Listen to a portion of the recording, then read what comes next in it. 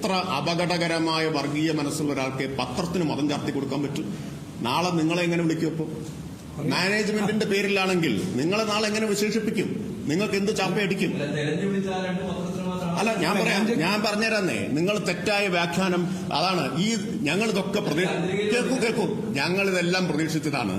കാരണം ഇത് കുറച്ചു കാലമായിട്ട് കേരളം കാണുകയാണ്. തെരഞ്ഞെടുപ്പ് ദിവസം രാവിലെ അല്ലെങ്കിൽ തൊട്ടു തലേന്ന് ഇത്തരത്തിലുള്ള വിവാദം ഉണ്ടാക്കൽ. ഇപ്പൊ പാലക്കാട്ട് എന്തുകൊണ്ട് വിവാദം ഉണ്ടാക്കേണ്ടി വന്നത്? ഇന്നലത്തെ കൊട്ടിക്കല്ലാശം കഴിഞ്ഞപ്പോൾ ഞങ്ങൾക്ക് ഉറപ്പായിരുന്നു ഇന്ന് വിവാദം ഉണ്ടാക്കിയിരിക്കും എന്നുള്ളത് ഉറപ്പായിരുന്നു. കാരണം അത്ര വലിയ ജനമുന്നേറ്റാണല്ലോ ഉണ്ടായത്. ഞങ്ങൾ 4 പത്രങ്ങൾക്ക് കൊടുത്തു, 4 കണ്ടന്റാണ് അല്ലേ? ഇന്ത്യന് കൊടുത്തതല്ല മാതൃഭൂമി. കഴിഞ്ഞ ലോക്സഭാ തെരഞ്ഞെടുപ്പിന് മനോരമയ്ക്ക് തന്നല്ലോ. എന്തേ അന്നൊന്നും ചോദിക്കാതിരുന്നത്? കഴിഞ്ഞ ലോക്സഭാ തെരഞ്ഞെടുപ്പ് ഒരു ഫുൾ പേജ് പരസ്യം മനോരമയ്ക്ക് തന്നല്ലോ.